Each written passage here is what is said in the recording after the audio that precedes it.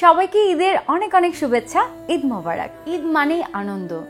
ঈদের দিনটা স্বাভাবিকভাবে আমরা যেহেতু অভিনেত্রী, তো আমরা তো সব জায়গায় যেতে পারি না।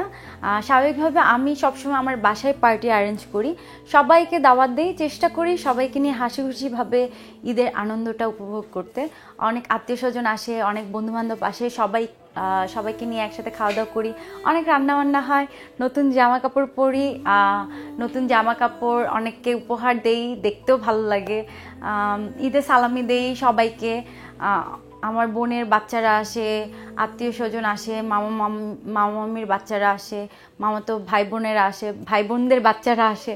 তো সবাইকে সালামি দেই, নতুন টাকা বান্ডিল করে রাখি, সবাইকে টাকা দিতে ভালো লাগে, সালামি দিতে ভালো লাগে, নিজেও সালামি নেই। ঈদের সালামি পাওয়া হয়, আবার দেওয়া হয়, দেওয়াটা একটু বেশি হয়, কারণ আমি তো এখন একটু ইনকাম করি, যেহেতু অভিনয় করি।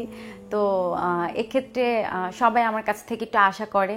তো ভাই বোনদেরকে, ছোট ছোট ভাই বোনদেরকে, আত্মীয় স্বজন যারা আছে সবাইকে চেষ্টা করি আমি একটু দিতে, আমার একটু দিতে ভাল লাগে।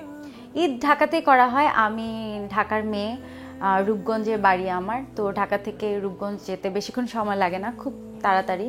তো এক্ষেত্রে দেখা যায় যে ঢাকাতেই করা হয়। সবাইকে ঈদের অনেক অনেক শুভেচ্ছা।